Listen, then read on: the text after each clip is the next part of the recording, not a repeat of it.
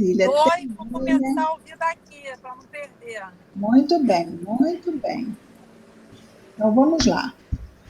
Ah, sejamos todos bem-vindos.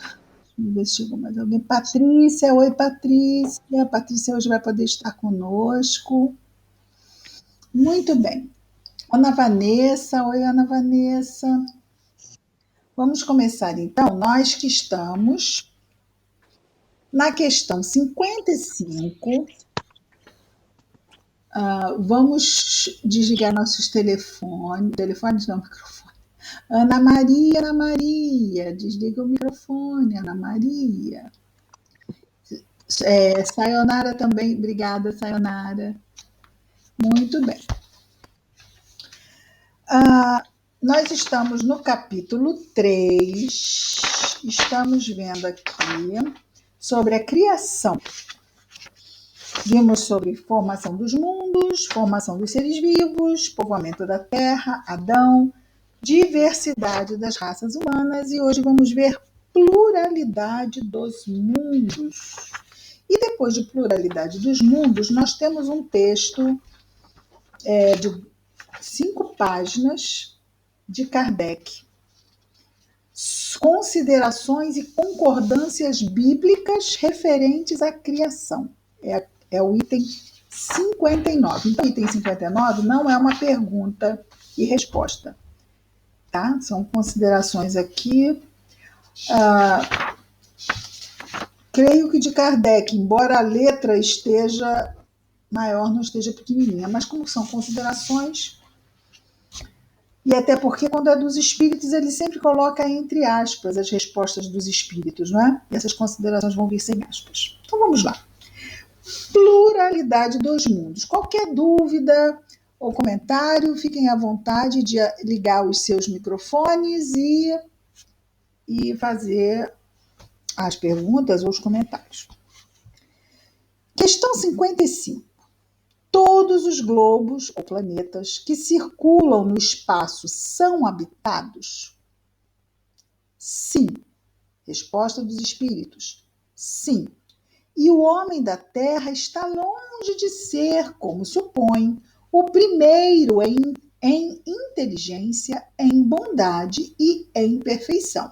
Bom, em bondade e perfeição, isso até a gente já estava assim, sabendo mesmo, né? Entretanto, há homens que se julgam muito fortes e pretendem que só este pequeno globo tenha o privilégio de abrigar seres racionais. Orgulho e vaidade. Acreditam que Deus criou o universo só para eles. Kardec, então, faz um comentário a esta resposta dos espíritos da seguinte forma. Deus povoou os mundos de seres vivos e todos concorrem para o objetivo final da providência. Muito bem. Qual é o objetivo final da providência, caríssimas?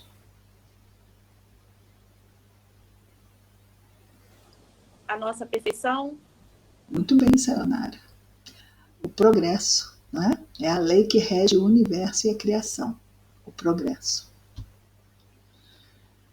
E esse é interessante, né? Porque se a gente perguntar para qualquer pai e para qualquer mãe, qual é o objetivo que você tem para os seus filhos? Qual é o objetivo final? O que a gente vai dizer? Que eles sejam felizes, que eles cresçam bem, saudáveis, não é? Sejam felizes. Então isso não é progredir? Que eles cresçam saudáveis, cresçam felizes. Ou seja, que seja com aquela florzinha, né? Que ali estava com aquela plantinha verde, depois vai, sai aquele botãozinho e abre-se aquela rosa maravilhosa. E é isto que Deus quer para nós, assim como nós queremos para os nossos filhos. Então Deus povoou o mundo de seres vivos e todos concorrem para o objetivo final da providência. Acreditar que os seres vivos estejam limitados a um único ponto que habitamos no universo seria pôr em dúvida a existência de Deus, que não fez coisa alguma inútil. Então são umas bolinhas que estão lá penduradas no universo. Para quê? Para decorar? Para o universo não ficar vazio? Ele botou umas bolinhas só para encher espaço? Não faz sentido, né? Afinal, é uma inteligência suprema, não é um decorador. Não que o decorador não seja inteligente, mas esse não é o objetivo da criação, não é decorar. Ele deve ter dado a cada um desses mundos uma destinação mais séria do que a de nos recrearem à vista.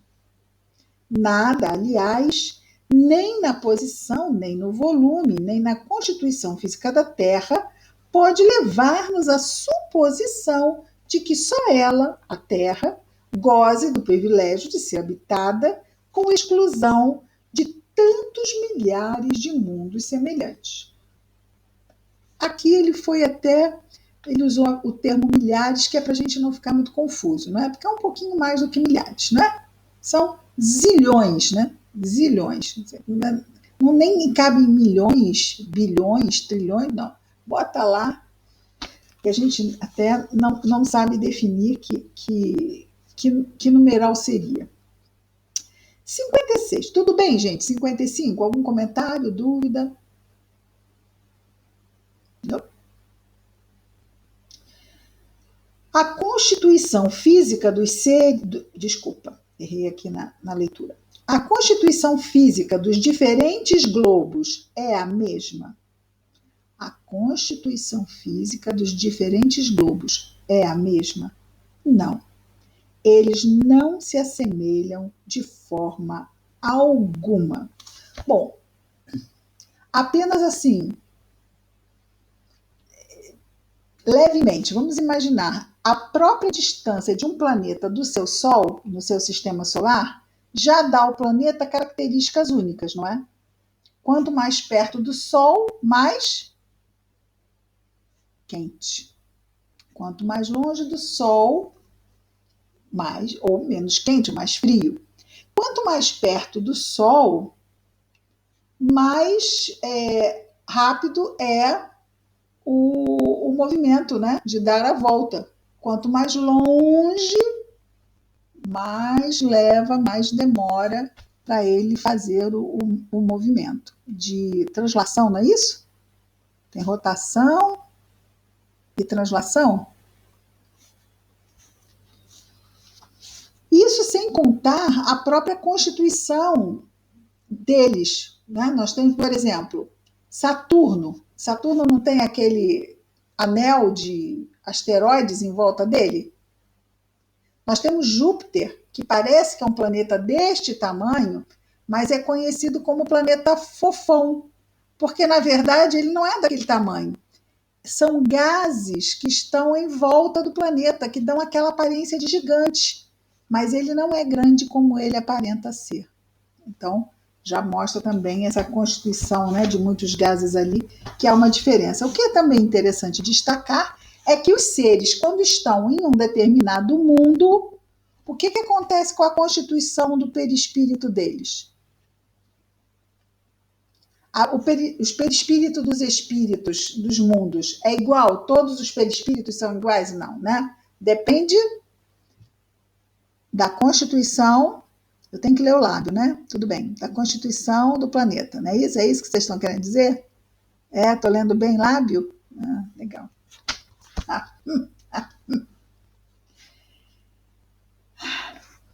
57.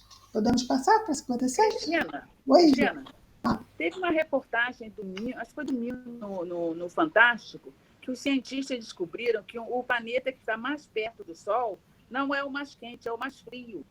É mesmo? Eles descobriram recentemente, eles descobriram agora, que agora que chegou uma sonda lá, não sei o que, é Marte, né? É Marte? Não. O planeta que está mais perto do Sol. Qual é? É Mercúrio, né? Mercúrio, não sei qual Mercúrio. Planeta. Mercúrio, Marte, Vênus, Terra, é isso? Não, Terra é o terceiro. Não sei. É o que está mais perto do Sol. Sei lá. É o que está mais perto. Que seria ele é frio. O mais quente. Ele é frio? Que seria o mais quente, né? Mas não é. Ele é frio. Que interessante. Descobriram agora, recente. Então, recente. Já vão começar a lotear para fazer uma estação de esqui lá. É bem recente. Tá certo. É coisa nova da ciência. Isso é bom, isso é legal, porque agora tem essas sondas, né? Essas sondas que estão indo por aí, registrando aí os planetas próximos da Terra, né? Vão descobrir muita coisa, com certeza. 57. Obrigada, Jô, uma informação interessante, né? E a gente acha que sabe tudo, né? O povo lá são deduções, né? Por estar mais perto do Sol, imagina-se que nem tudo é o que parece, né? É, Já acreditado. Não sendo a mesma coisa para todos a constituição física dos mundos, deve-se concluir que tenham organizações diferentes os seres que os habitam. Organizações, né? Corpos, né? Os seres que os habitam, sem dúvida. Como entre vós os peixes são feitos para viver na água e os pássaros no ar. Aqui fala com todo mundo. Oi, todo mundo, oi, todo mundo. Bom, vai para lá. Como entre vós os peixes são feitos para viver na água e os pássaros no ar. Tudo bem? 58. Os mundos mais afastados do Sol estarão privados de luz e calor, já que o Sol apenas se mostra a eles com a aparência de uma estrela, né? Pela distância, né? Resposta. Pensais então que não há outras fontes de luz e calor além do Sol? Pronto, aí a gente fala assim, ok, vamos mudar de pergunta? Porque nesse ponto a gente diz assim, aí que eu não sei nada é mesmo, né? Pensais então que não há outras fontes de luz e calor além do Sol? Não tendes em conta a eletricidade que em certos mundos desempenha um papel que desconheceis e bem mais importante do que na Terra? Além disso, não dissemos. Além disso, não é uma pergunta. Além disso, não dissemos que todos os seres vêm da mesma maneira que a vossa e com os órgãos de conformação idênticos aos vossos. Então, isso não foi dito, certo? Se for um planeta com menos luz, é interessante isso, né? Os olhos serão bem diferentes, não serão? Olhos que vão poder ver. Aqui não tem esses óculos que são óculos de visão noturna, né? Tudo verde, né? Coisa assim. Então, é possível enxergar sem luz. É que a gente aqui tem a luz. O que não quer dizer que não haja possibilidade de se ter qualidade de vida sem luz do sol. Mas nós aqui, toda a nossa vida na Terra se sustenta com o sol, porque as plantas precisam do sol para fazer a fotossíntese. E aí o oxigênio é trazido para a atmosfera por causa da fotossíntese que se dá por causa do sol. Então, no nosso planeta, o sistema está construído assim, o que não quer dizer que seja o sistema dos outros planetas. Bem interessante, né? Mas eu gosto do sol, vou ficar por aqui. Vou pedir para renovar o contrato de locação. Quanta bobagem. Vamos lá. Estamos. Aí Kardec traz uma notinha aqui ao final da 58, dizendo: as condições de existência dos seres que habitam os diferentes mundos devem ser apropriadas, essas condições de existência, ao meio em que são chamados a viver. Exatamente. Então, se for um meio com luz, são chamados a viver de uma maneira. Se for um meio sem luz, são chamados a viver de outra maneira. Se for um meio com muita água, são chamados a viver de outra maneira. E assim vai. Se nunca tivéssemos visto peixes, não compreenderíamos que alguns seres pudessem viver dentro da água. Assim acontece com outros mundos, que provavelmente contêm elementos que desconhecemos. Não vemos na Terra as longas noites polares iluminadas pela eletricidade das auroras boreais? Muito lindo, né? Que há de impossível no fato de a eletricidade em certos mundos ser mais abundante do que na Terra e desempenhar nesses mundos um papel geral cujos efeitos não podemos compreender. Esses mundos podem, pois, conter em si mesmos as fontes de calor e de luz necessárias aos seus habitantes. Isso tudo nós concebemos pelo pensamento. Se alguém disser para algum de nós assim, você entendeu? Sim, eu concebo pelo pensamento. Aí diz assim, então explica. Não, eu concebo que isso é possível. Mas quem pode explicar são os espíritos, porque eles é que vão trazer essa possibilidade efetiva nesses mundos. Né? A gente mal dá conta do que acontece aqui. É buraco na camada de ozônio, não é? Como se diz, aquele crise climática, não é? É a volta da era glacial, não é? Então a gente ainda nem está entendendo direito como é que as coisas se passam aqui, que dirá o que se passa em outros mundos. E como é que então a vida se adaptaria? Talvez, não é? Os grandes escritores da ficção científica, porque a ciência começa muito por aí, não é? Os grandes inspiradores dos grandes cientistas são os escritores de ficção científica. Vocês conhecem aquele seriado Jornada nas Estrelas, dos anos 60? Eu estive vendo um especial, vários cientistas, que foram inspirados por aquelas ideias trazidas naquele seriado. Então isso é muito interessante, não é? E não apenas ideias tecnológicas, mas ideias sociais também. Nos Estados Unidos, de anos 60, vocês conhecem aquela atriz Whoopi Goldberg? Conhecem? A Whoopi Goldberg, aquela que fez Mudança de Hábito, que cantava, né? E ela então conta que ela era uma menina e que ela achava que dos filmes, né, sempre que aparecia uma atriz negra, ela fazia o papel de empregada, né, que esse era o papel que era reservado aos negros. Né? Nos Estados Unidos eram os empregados, os secundários, subalternos, assessores, mas não papéis de relevância, de importância. Até que um dia ela começou a assistir, né? Quando começou a assistir a série, viu lá a Tenente Uhura, a oficial de comunicações da nave, e da nave espacial, né? Da nave deles, e ela era negra.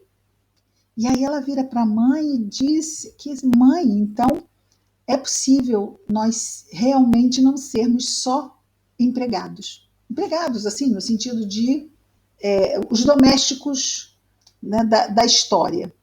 E isso transformou a vida dela como ideia, né? Vindo também de um filme de ficção, o que talvez para os anos 60 nos Estados Unidos fosse um pouco de ficção, né? Trazer uma pessoa da raça negra para desempenhar um papel de destaque numa equipe, né, selecionada lá na ponte, né, ponte de comando, né, junto com o capitão, né, junto com o Vulcano, até o cara do planeta lá, estava lá, a Tenente Uhura.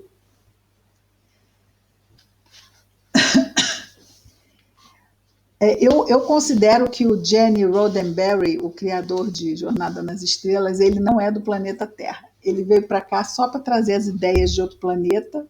A gente está falando de outros planetas, né? Ele veio lá de Júpiter, reencarnou aqui, trouxe ideias avançadas para ajudar a iluminar cabecinhas de futuros cientistas com ideias do futuro. Cristina, eu achei aqui, é Mercúrio, que é o planeta mais próximo, mas só que ele chega a 550 graus centígrados durante o dia, do período diurno. É o mais próximo mesmo, mas ele é considerado mais frio. De noite a coisa deve ficar fria lá, hein? Deve ser isso que deve acontecer, né? Mas é o mais próximo mesmo, até olhei aqui, é Mercúrio. Então, de dia é o inferno, de noite é o inferno frio. Deve ser o deserto. Muito bem. Agora nós vamos ao item 59, que são as considerações e concordâncias bíblicas referentes à criação. Então, vejamos lá.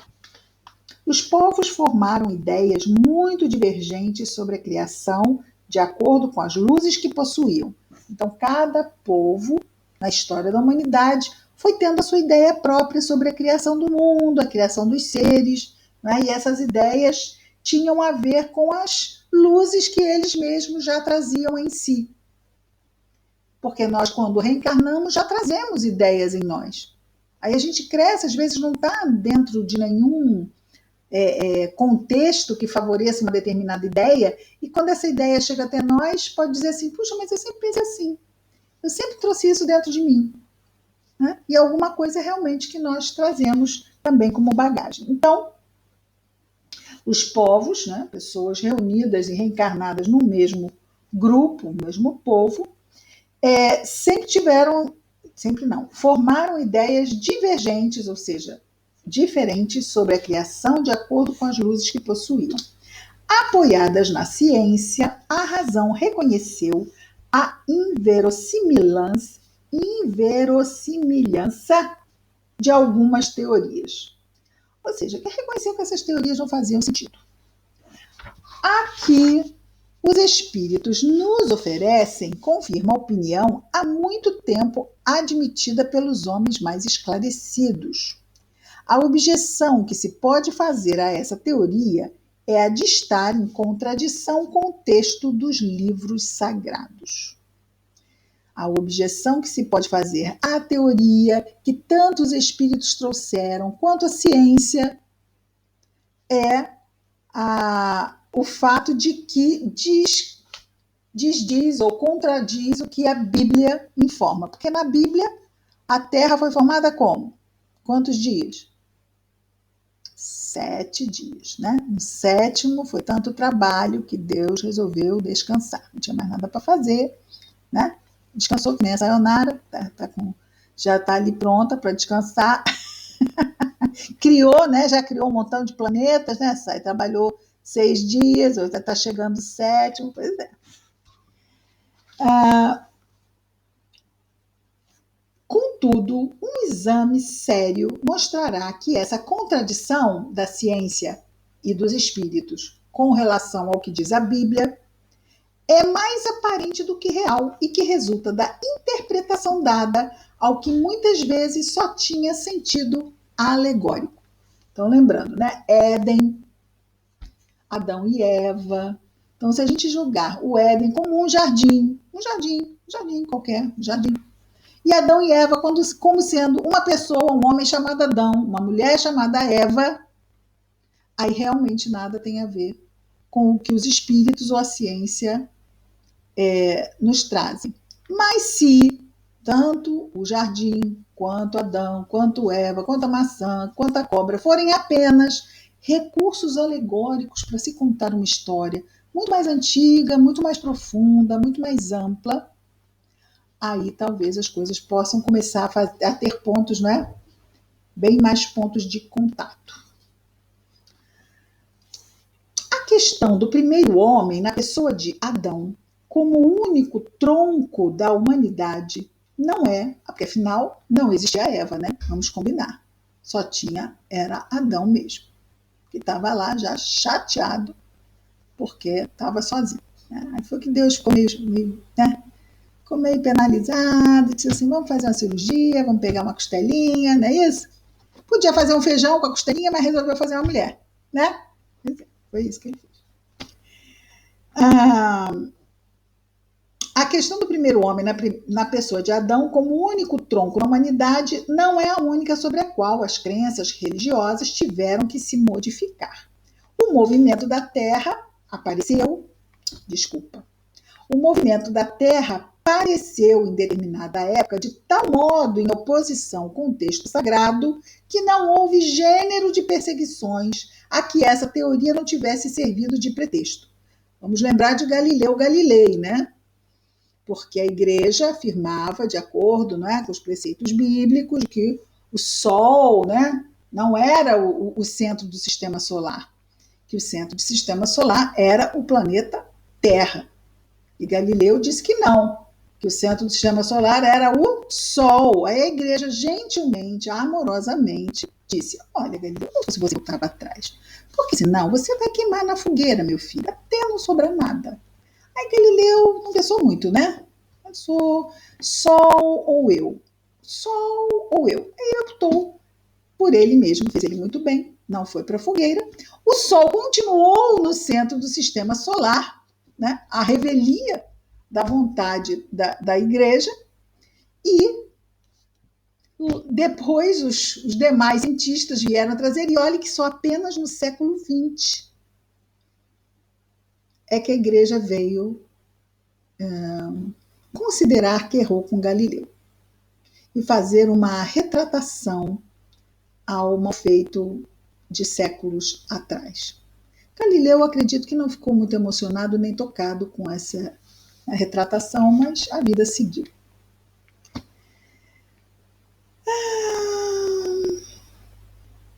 E, no entanto, a Terra gira, apesar dos anátemas. Anátemas são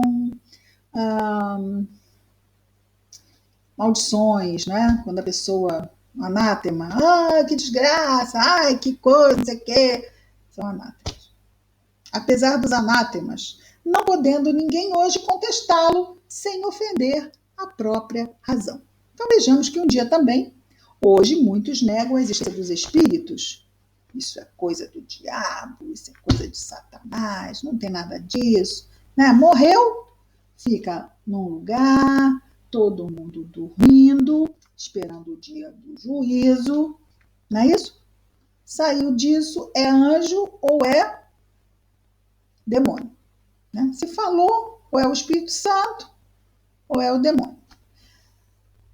Ainda, como no caso da Terra ser o centro do sistema solar, ainda tem gente que acha muito razoável considerar que é isso aí mesmo, né? De que está todo mundo dormindo, de que ou é Espírito Santo é Satanás, mas chegará o tempo em que, da mesma forma que ele diz aqui, não podendo ninguém hoje contestar essa verdade sem ofender sua própria razão. No futuro, quem contestar a existência dos espíritos e da progressão e da lei que nos condena à evolução, também estará tendo que enfrentar, ao contestar, a sua própria, ter que enfrentar, né, a sua própria razão, pelo descabido que no futuro se provará ser essa ideia. Kardec continua dizendo: diz também a Bíblia que o mundo foi criado em 6 dias.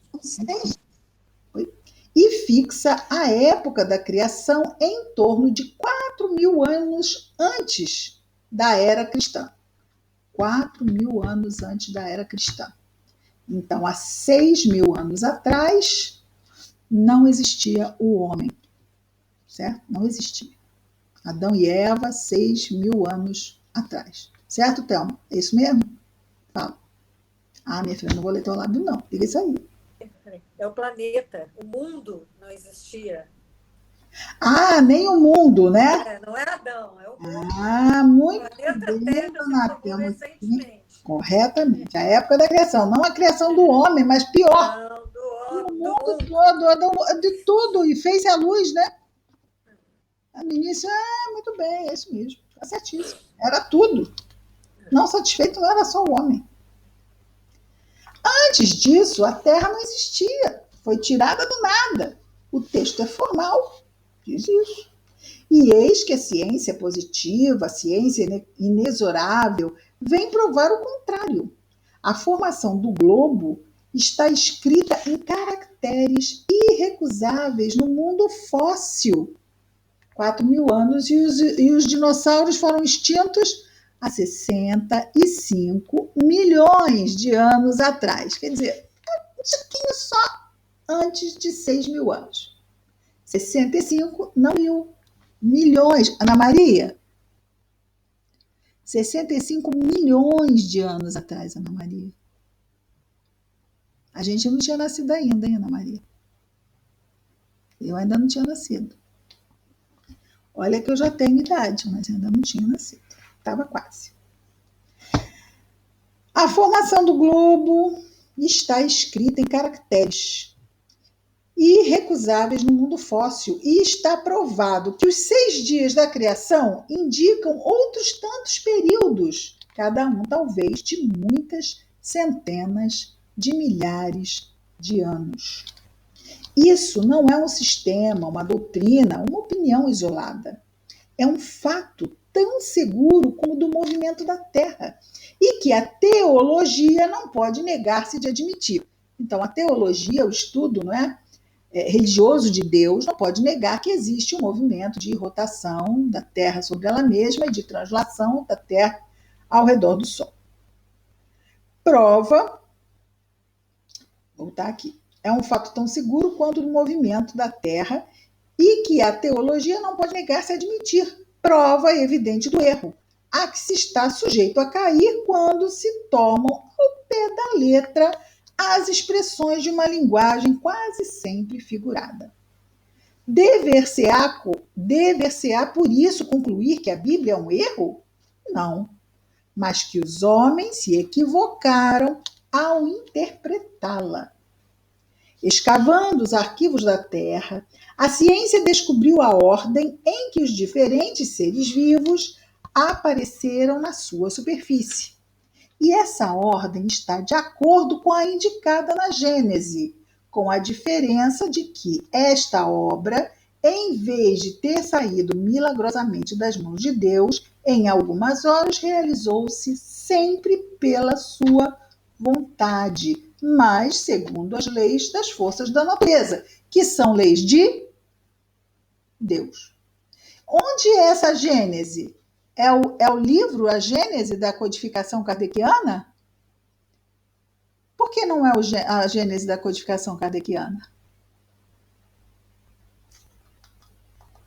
Porque isso veio depois, né? Exato, a Gênese veio Aqui depois. não existia a Gênese ainda. Exatamente, 1857, a Gênese só apareceria lá em 1868, né? Então, a Gênese é o livro do Velho Testamento, onde é contada a criação, né? E na criação é dito exatamente aqui, vou pegar aqui de baixo. Seres vivos descobriu a ordem em que os diferentes seres vivos apareceram na superfície, e essa ordem, a ordem como a ciência descobriu que os seres vivos foram surgindo, é a mesma ordem indicada no livro da Bíblia. Olha que interessante. Cris? Oi, querida. Inclusive, tem algum trecho que diz, né, que a história do planeta veio à tona com os geólogos, né? A história está ali. Ela conta a própria história, né? Os geólogos, né? Cortando as rochas, cortando, isso, né? Vendo os fósseis, encontrando esses animais, esses resquícios dos dinossauros. Então, ela própria, o planeta conta a sua história, né?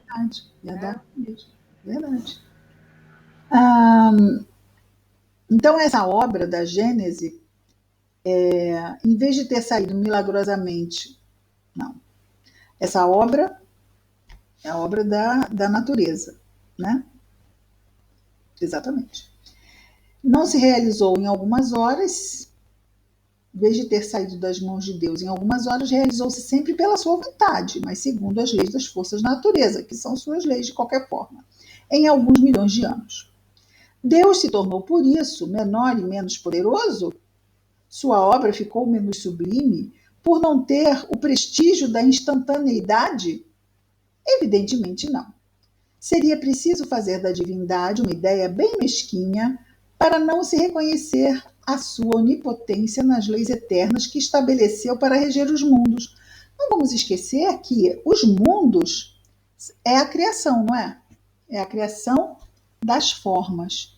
E elas precisam se dar mesmo lentamente, para que haja um sentido de amadurecimento. Tudo que é verdadeiramente construído em bases seguras, nós vejamos, a natureza não tem pressa para construir. Agora, na lei de destruição, é rápido. Vem o vulcão, vem o tufão, vem o terremoto, tudo rápido, né? Aí, para derrubar, é que nem descer ladeira, né? A gente está lá se esforçando para fazer, né, controlar as más tendências. E é lento, porque é um esforço que a gente faz para ir para frente, para progredir. Agora, para dar um passo atrás, é rápido. Mas, assim como na natureza, quando a casa cai, quando a montanha cai, quando as ondas se levantam e engolem continentes, também aí é uma grande experiência que promove mudanças sempre na direção do progresso. Então, às vezes, sim, é necessário que o processo seja profundo e dramático, porque dessa dramaticidade, dessa profundidade, o que sai? Coisas novas e muito melhores. As melhores terras para se plantar no globo são as terras vulcânicas. Então, todos esses processos profundos, dolorosos, trazem um retorno muito positivo na lei do progresso. Não vamos esquecer que depois das grandes guerras, que causam todo aquele profundo terror, morte, né, dizimação de milhões de pessoas, nas duas grandes guerras do século XX, quando elas terminaram, o que veio? Uma enorme onda de progresso. Uma enorme onda de progresso. Que bom, né? Porque nós estamos vivendo aí o terremoto do Covid, né? 19. Então, isso quer dizer que quando esse terremoto acabar, vamos ter um bom momento aí surgindo depois disso, né? Assim nos diz as experiências. A Patrícia está assim, ai, Deus ouça, vamos chegar lá. Vamos, minha filha, claro que vamos. Mas, embora o terremoto venha assim, o vulcão vem assim, mas até a Terra se tornar fértil, demora um pouco também, né? Porque há um período de, podemos chamar de rescaldo, talvez, né? Que é aquele período em que eu tenho que limpar, eu tenho que preparar a nova fase, né? Porque esses grandes momentos, eles vêm para quê? Para terminar ciclos, né? São fins de ciclo. São fins de ciclo. Fins de ciclo não são fáceis. Ninguém vai dizer que a Primeira e Segunda Guerra Mundial foi fácil. Todo mundo gostou do que veio depois, do progresso. Mas ela em si doeu, foi ruim, muita gente sofreu. Foi ruim no sentido de que, exatamente, muita gente sofreu. Agora também, nós estamos tendo sofrimento, que não é um sofrimento necessariamente direto, mas muito sofrimento indireto, que está surgindo na questão mesmo econômica, né? São os sofrimentos que vão vir como tem isso também até no terremoto, né? Você tem a onda principal de um maremoto e você às vezes tem ondas secundárias que vêm depois. Então tudo isso faz parte desse processo, mas é todo um processo que visa o quê? Sempre. Vamos ver o que ele disse aqui antes, não é? Qual é o objetivo? Onde é que ele disse isso? Quem vai lembrar? Qual é o objetivo da criação?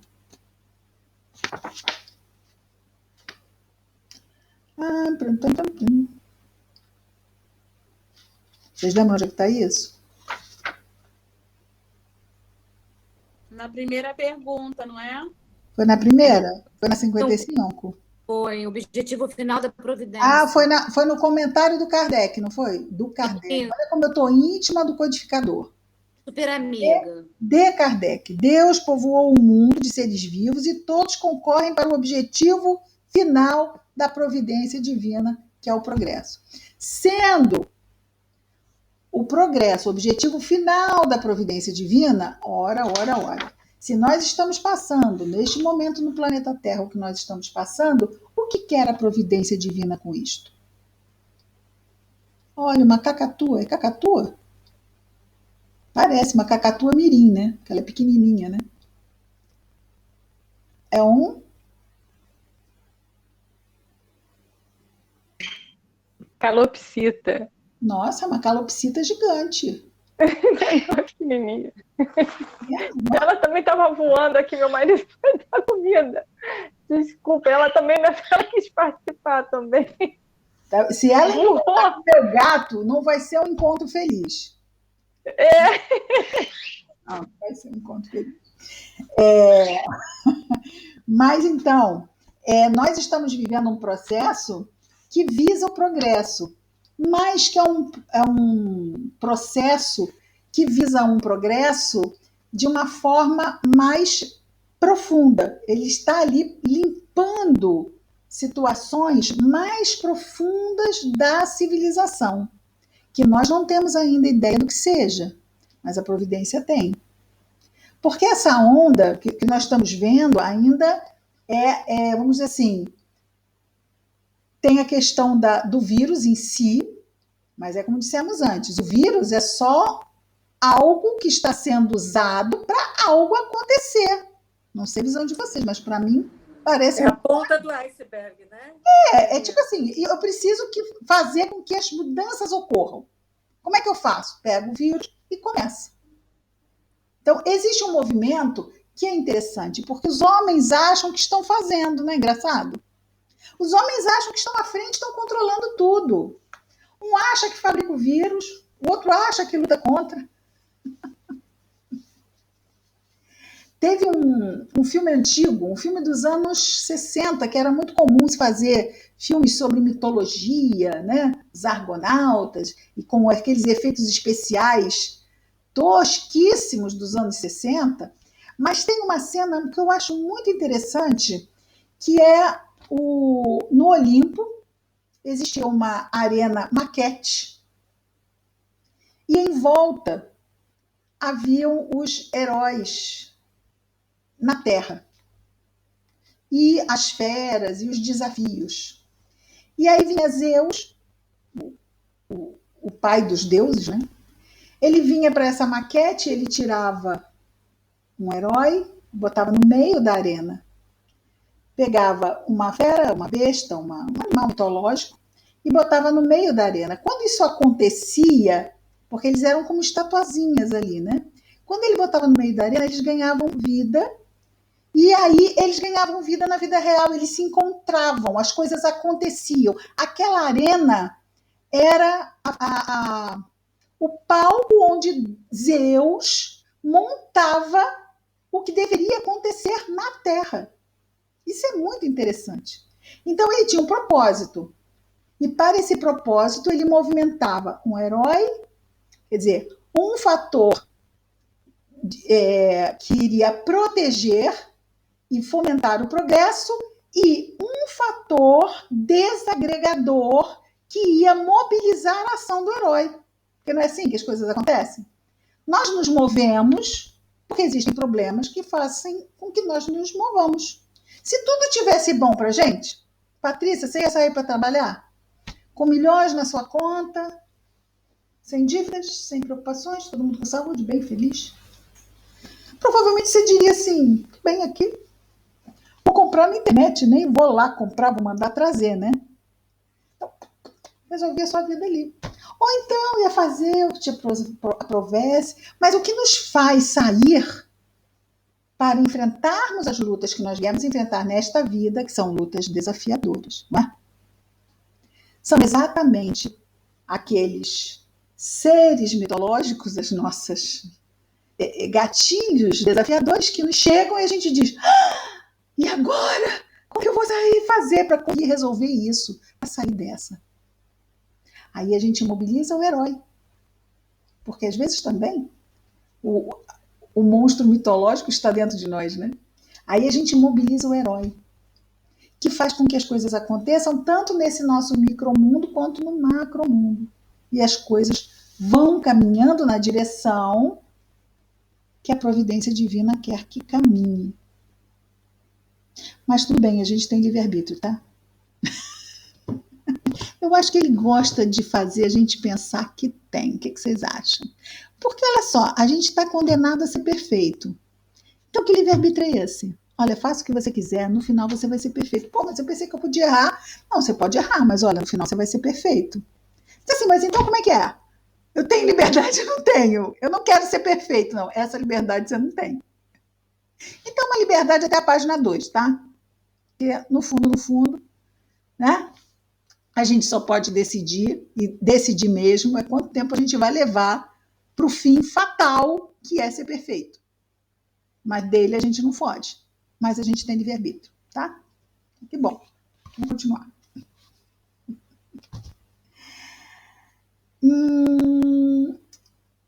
Sua obra ficou menos sublime por não ter o prestígio da instantaneidade? Evidentemente não. Seria preciso fazer da divindade uma ideia bem mesquinha para não reconhecer a sua onipotência nas leis eternas que estabeleceu para reger os mundos. A ciência, longe de desmerecer a obra divina, nos mostra essa obra sob um aspecto grandioso. Talvez ainda não tenha reconhecido que esse aspecto grandioso vem de Deus, né? Mas já reconhece que realmente as coisas são muito grandiosas. E mais conforme as noções que temos do poder e da majestade de Deus, pela razão mesma de ela se ter realizado sem derrogar as leis da natureza. A obra divina, ela acontece sem derrogar as leis da natureza. Vamos lembrar então que ele diz que lá na Gênesis, no Antigo Testamento, está dita a ordem dos animais e da evolução exatamente como a ciência veio mostrar milênios depois. Continua Kardec. A ciência, de acordo neste ponto com Moisés, coloca o homem em último lugar, a ciência, na ordem da criação dos seres vivos, certo? Porque nós estamos falando da lei de evolução. Temos aquela clássica, né, daquele macaquinho que vai evoluindo e chega lá no homem, né?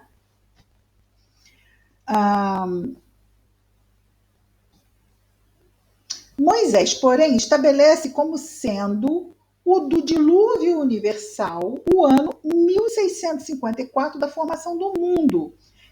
1654 antes de Cristo?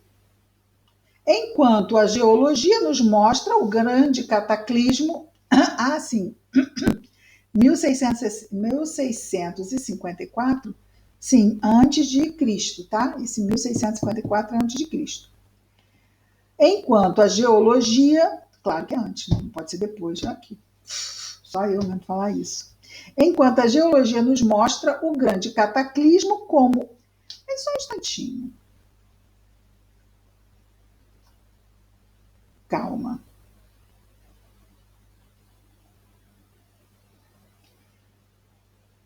Neste ponto, Moisés estabelece como sendo... sim, quem estabelece o ano do dilúvio é Moisés, ok. Da formação do mundo, enquanto que a geologia nos mostra o grande cataclismo como anterior ao aparecimento do homem, visto não se ter encontrado até hoje nas camadas primitivas traço algum da sua presença desse dilúvio, né? Nem da dos animais da mesma categoria do ponto de vista físico, mas nada prova que isso seja impossível. Muitas descobertas já lançaram dúvidas a respeito. Pode acontecer que de um momento para o outro se adquira certeza material da anterioridade da raça humana e então se reconhecerá que nesse ponto, como em tantos outros, o texto bíblico é uma figura. A questão está em saber se o cataclismo geológico, que foi o dilúvio, é o mesmo que o de Noé. Ora, o tempo necessário à formação das camadas fósseis não permite confundi-los, E desde que se encontrem vestígios da existência do homem antes da grande catástrofe, ficará provado que Adão não foi o primeiro homem ou que a sua criação, a criação de Adão, se perde na noite dos tempos. Contra a evidência, não há raciocínios possíveis e será preciso aceitar-se esse fato como se aceitaram o do movimento da Terra e dos seus períodos de criação. A questão do dilúvio, o dilúvio universal, aí nós estamos falando de Noé, certo? Foi logo lá no início também. Eu não sei se vocês já viram, existem estudos, pesquisas, não é? Que buscam ligar o dilúvio, na verdade, não a um dilúvio, como se todas as águas do planeta tivessem subido, mas a um tsunami. Um tsunami. E que a arca, não sei se vocês já viram, que a arca estaria no alto de um monte, eles veem uma manchinha escura, mas ela é dominada por aqueles xiitas, né? aquele povo muçulmano radical que não permite, né? Até porque seria uma história judaica, né? Que eles não querem mexer nisso, deixa eu falar, a gente não permite. Então, só se tem assim, fotos de satélite, vê ali como se fosse uma mancha escura, mas quem sabe um dia, sei lá.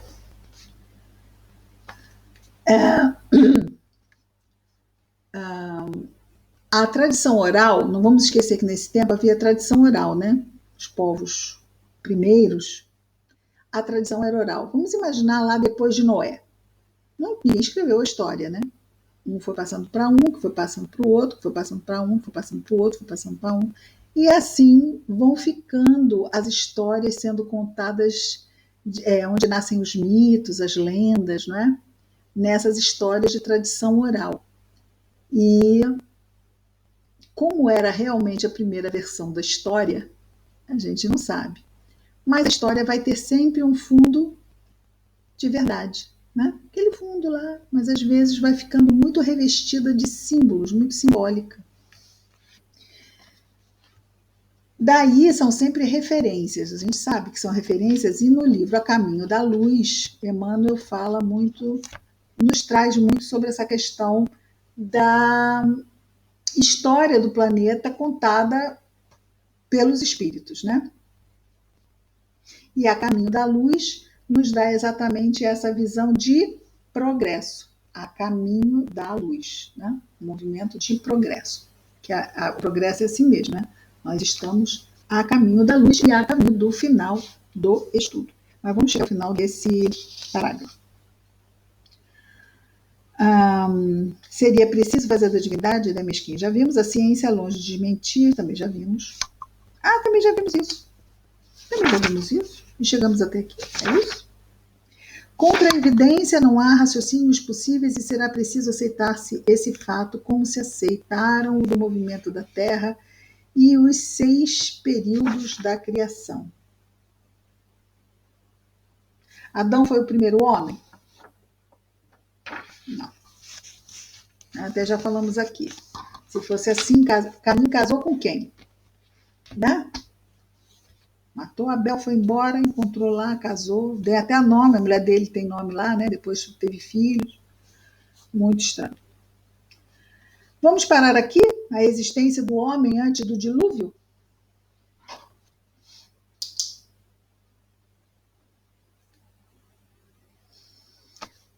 Semana que vem, dia 14. Dia 14 do 10, do 20. Tá, deixa eu falar para vocês só uma coisa.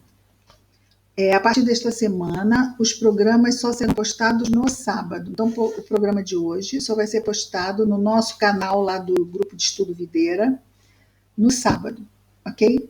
Eu só vou mexer na internet agora nos canais só sábado. Então, tanto programas de domingo quanto de sábado, todos, só vão ser trabalhados no sábado. Aliás, essa semana vocês estão vendo um montão de estreia. Vocês viram lá quem está assinado no canal, né? Porque é bom porque você já programa tudo e o próprio YouTube no dia ele já... Mas ele também como se diz? Que a pessoa dá spoiler, né? O YouTube dá spoiler. Olha, já tem esse programa todo para receber, se prepara. E ficar falando isso? Ah, tudo bem. A gente não ter o trabalho todo dia já ajuda. Bom, eu vou... Alguma questão, gente? Questões? A gente tenta fazer um pouquinho de humor, trazer um pouquinho de outras histórias, porque só histórico, só Bíblia, só... Né? Fica às vezes muito... Ok. Ana Maria, e aí, Ana Maria? Fala alguma coisa. Tá tudo bem? Tá difícil? Tá dando para entender? Deixa eu ver, peraí. Deixa eu ver se você tá... Deixa eu ver aqui. Ana Maria. Deixa eu liberar aqui, peraí.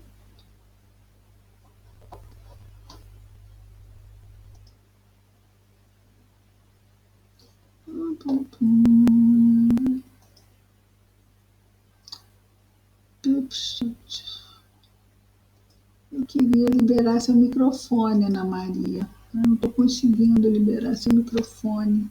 Você ainda não aprendeu a liberar o microfone? Já aprendeu? Já aprendeu a liberar o microfone? Aperta na câmerazinha. Pim. Aí é com o cursor, né? Ou você está com o celular? Você está com o celular? Eu vou aí na sua casa te ensinar isso, Ana Maria. Você não está entendendo.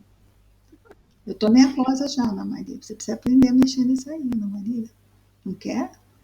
Não vai ter que mexer, Ana Maria. Na próxima encarnação você vai estar ensinando todo mundo. Você vai nascer uma espoleta. Já vai sair do berçário já com o celular na mão, Ana Maria. Você não está entendendo. Você fica fazendo charme agora? Não, aproveita. Você está no século XXI, Ana Maria. Está na hora. Olha lá, hein? Ó, e Cleia está um espetáculo. Cadê Cleia? Estou aprendendo. Ai, Cleia, olha lá que maravilha. É isso aí, a gente tem que aprender. Estou aprendendo. Então é isso, gente. Fiquem com... No início era um horror, agora está melhorando. É isso aí. Nada como a experiência, né, Cleia? A gente já vai chegar na outra já dando aula na maternidade. É verdade. Melhor, dando aula. Me botar numa isso maternidade mesmo. de novo vai ser difícil, mas tudo bem, a gente chega lá. Vou ficar assim, não vou. Nenhuma questão. Roberta Antunes, nada, minha filha? Queres falar nada? Não? Ai, vocês estão mudas, vocês não falam nada. Olha, eu vou montar um novo convento das freiras mudas descalças. Vocês estão convocadas. Tá bom. Vocês estão boas nos mudas, agora é só ficar descalça. Tá? Tá ótimo. Beijo. Beijo, fiquem com Deus, tá? Tchau. Até. Beijo. Beijos. Até domingo. Tchau, Mônica, Ana Tchau. Maria, Sayonara e Cleia, Ana Vanessa, Ivana. Tchau, Cristiana. Até semana que vem. Até domingo. Com Deus. Boa noite. Boa noite.